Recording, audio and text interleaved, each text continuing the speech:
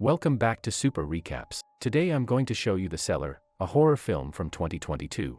Watch out for spoilers ahead. The Woods family is settling into their new country house. Kira and Brian are thrilled with the home they've purchased for their children, as is their son Steven, but their daughter Ellie is a different story. She resents having to leave her friends behind and feels cut off from her parents, who she believes don't understand her. This house, known as Zayo's, is unique. There's an antique artwork of a man raising his finger, and letters from an unknown alphabet with a triangle beneath them are set above every door to save one, which has only a pentagon. They don't find the cellar particularly interesting when they go inside, but the door closes before Ellie can escape. There's something wrong with the lock that won't allow her to open it, and as she senses someone approaching in the dark, she becomes terrified. Brian uses the key, which is conveniently hanging next to the door, to let her out. Kira asks Ellie to babysit Steven in the evening because she and Brian have to go to the office for an emergency meeting. Ellie is on the phone with an old acquaintance when she is startled by a bizarre figure. It's Steven, dressed in a cloak and holding a strange-looking skull that he discovered in a concealed compartment in the rec room. Ellie discovers a plaque that reads, "Solve at Coagula," an antique record player, and an abacus in the hidden chamber that the family was unaware of. Steven claims that the mansion was once owned by a witch who struck a contract with the devil and then requests to try out the record player. Ellie gets it to work, and the tape starts counting with the voice of a guy reading the equation stated on the record. An odd breeze emerges from under the cellar door a few hours later, cutting power to the entire house. Ellie contacts her mother for assistance, and Kira tells her to check the circuit breaker in the cellar. Ellie claims she can't do it since she's afraid of entering such a dark area, so Kira offers her a small trick she uses to calm her mind. She counts. Ellie is guided through the phone by Kira, who encourages her with each step she takes and counts.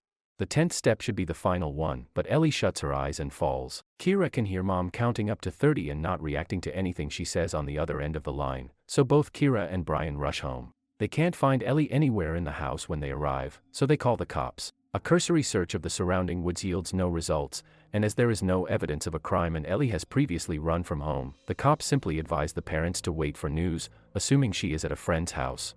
The family invites some neighbors for assistance and goes out into the forest to search, but the results are the same. Brian knows that Ellie was upset with them and fled, but Kira doesn't believe that's the case. She's convinced that something happened to Ellie because of how strange her voice sounded while counting. Kira starts posting missing person signs the next day and forgets to pick up Steven from school until the instructor contacts her. Kira goes to the police station with her kid to check if there is any news, but the detective doesn't have much to offer.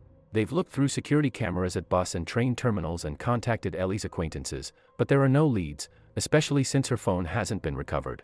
The detective can only comment on one thing: Ellie has been abused and harassed on social media for quite some time. Kira, feeling bad for not knowing, requests that forensics examine the cellar since she is confident her daughter did not run away. The detective must remind her that he can't do anything more because this isn't a criminal case. When Kira returns home, she finds the words, "Solve at Coagula," etched above the entrance door and decides to look it up online while Steven bounces his ball against the cellar door. This word is linked to old alchemy and means dissolve and coagulate, according to the search results. A 5-pointed star and a strange snake are among the images associated with it. Kira summons Steven, who joins her after dropping his ball near the cellar. As her interest grows, Steven tells his mother that nothing unusual happened the night Ellie vanished. The only difference was that they turned on the record player. Kira ignores it and returns to the computer to check Ellie's social media, where she discovers that her daughter has an anarchist tattoo that she has never told her family about. Following that, Kira decides to revisit the cellar. She takes a time to contemplate the pentagon above the entrance before entering with a light tube. She observes Roman numbers on the steps this time, as well as an equation at the end that matches the one on the record player. The most startling revelation comes when the UV light from the tube reveals a slew of creepy faces painted on the wall. This is enough to prompt the cops to dispatch a forensics team, one of whom accidentally pushes Steven's ball down the cellar.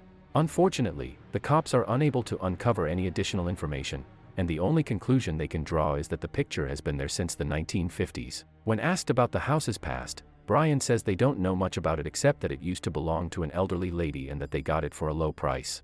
When night falls, the entire family retires to their beds, but Kira is awakened by Steven, who has wet his bed. Kira goes to the toilet after changing his linens to listen to her daughter's voice on the answering machine for some solace. However, Kira immediately hears Ellie's voice counting coming from somewhere else, the sink pipes. When Kira exits the restroom, she can still hear the voice, so she pursues it until she learns it is coming from the cellar.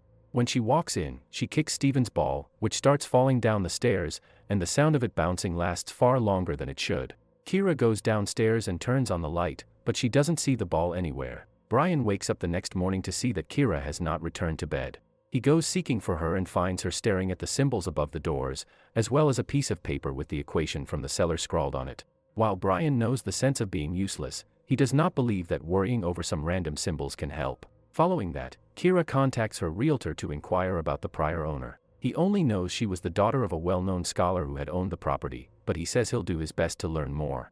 Still looking for something to do before going to work, Kira started photographing the symbols above the doors. She sends the photo to her secretary and asks her to look up the meaning while she is in a meeting, but her anxiety prevents her from paying attention and she departs as soon as she arrives. Kira is stopped by her secretary on her way out, who informs her that the markings are Hebrew glyphs that spell Leviathan, a sea creature from Jewish legend. Kira arrives at Steven's school to discover him bloodied from a fight after one of his friends said Ellie was dead.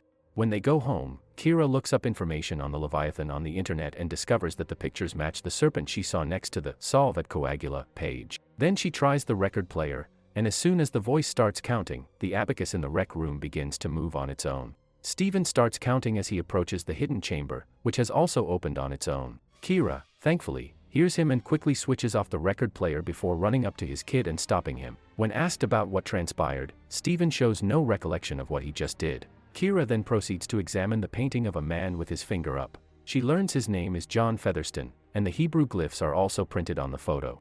Kira searches the internet for his name and discovers that his entire family, except for his daughter, has gone missing at this residence. An odd breeze blows out from under the cellar door at that precise time, knocking out the power. Kira hurries to pull Steven out of the cellar door after hearing his cries for aid, but the lock is stuck and she can't find the key. When she looks through the keyhole, she sees an animal eye staring back at her, and she flees, only to run into the real Steven down the corridor.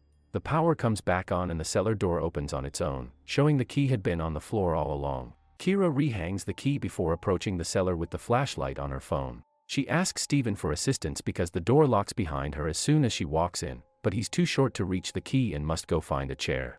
While waiting, Kira tries to see into the cellar again and drops her phone, triggering whatever is down there to begin breathing heavily and approach.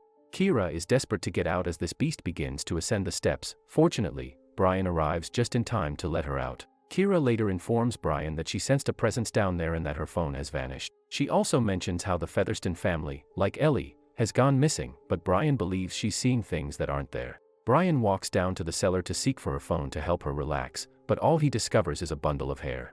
The next day, Kira visits the National College of Mathematics, which has a Featherston wing, to speak with Dr. Remy Fournette, a brilliant mathematician. When Kira hands him a piece of paper with the equation from the cellar, the lights flicker for a second as he reads it aloud.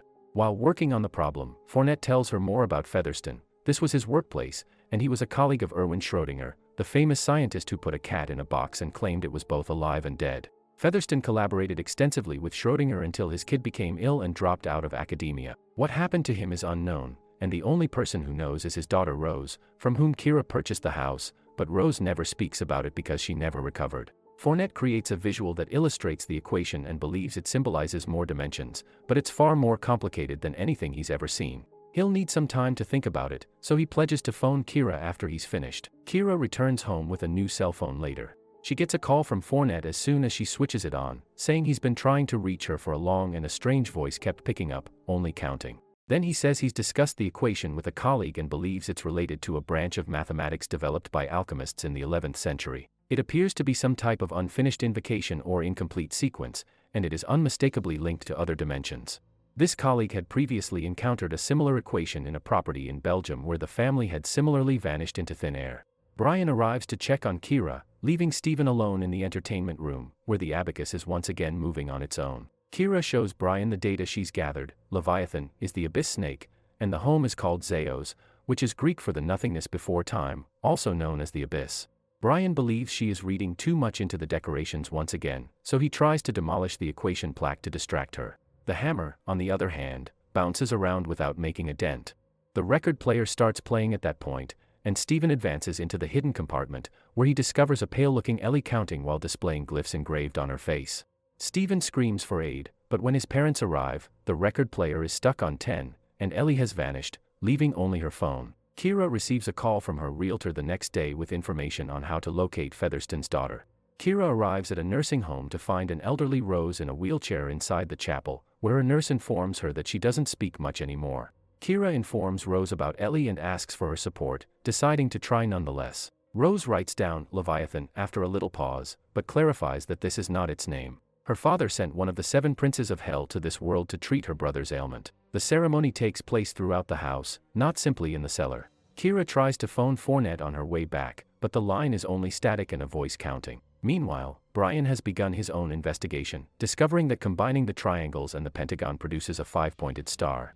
The demon Baphomet, the gatekeeper of hell, is represented by this star and the glyphs that surround it. Its image depicts him performing the identical hand gesture as Featherston in the painting, and its arms also read, Solve Coagula.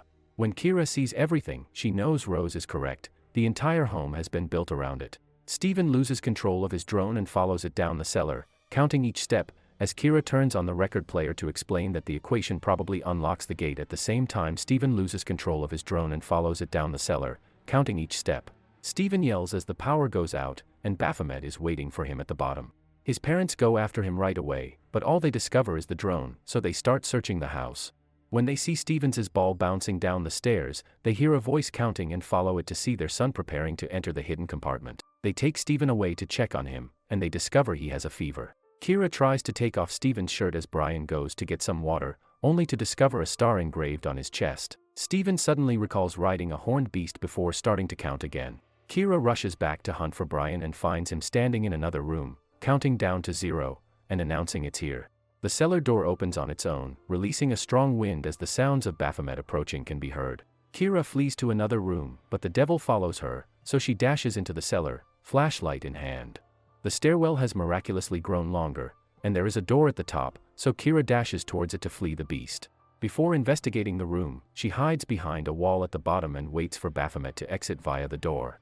When she comes upon a tunnel, she crosses it and is stunned to discover a vast open space filled with lost souls who are lined up and counting. Ellie is one of these souls, whom Kira discovers owing to her tattoo. Kira returns to the stairwell, dragging her kid behind her, trying to hurry since she can hear Baphomet approaching them, dropping the flashlight in the process. The power is restored when they come home, and Kira locks the cellar door to keep the beast inside. Kira tells the family they should leave because they are all fine, but as she reaches the door, she notices her flashlight on the floor.